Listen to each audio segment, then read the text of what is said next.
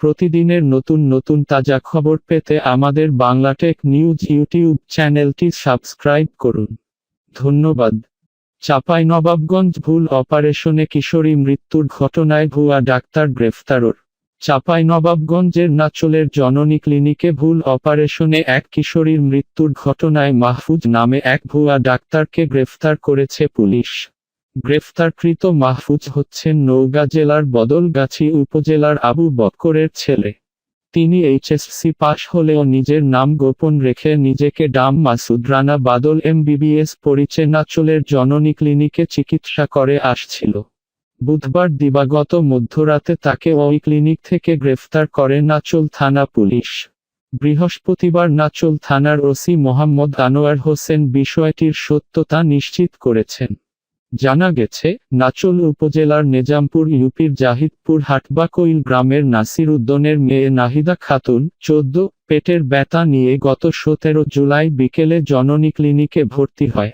ওই ক্লিনিকের চিকিৎসক মাহফুজ ওরফে ডাম মাসুদ রানা বাদল আলট্রাসোনোগ্রাফির পর ওই রোগীকে রাত 9:30টায় অ্যাপেন্ডিসাইড অপারেশন করেন।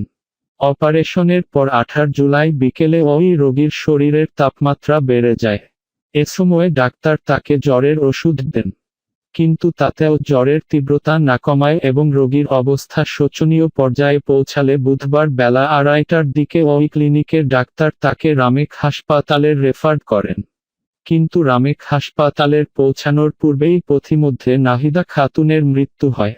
এদিকে একটি সূত্র জানায়, মাহফুজ এইচএসসি পাশ হলেও তা গোপন রেখে নিজেকে মাসুদ রানা বাদল পরিচয় দেয় এবং 2013 সালে এমবিবিএস পাশের সনদপত্রে তিনি ঢাকা মেডিকেল কলেজ হাসপাতাল থেকে পাস করেছেন বলে দেখা যায়।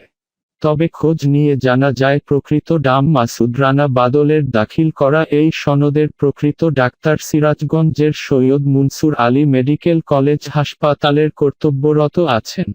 এদিকে নিহত নাহিদার আত্মীয় স্বজনরা বিষয়টি জানতে পেরে বুধবার গভীর রাতে মাসুদ রানা বাদল ওরফে মাহফুজকে জননী ক্লিনিকে আটক করে পুলিশে খবর দেয়। পরে নাচল থানা পুলিশ ঘটনাস্থলে পৌঁছে তাকে গ্রেফতার করে থানায় নিয়ে আসে।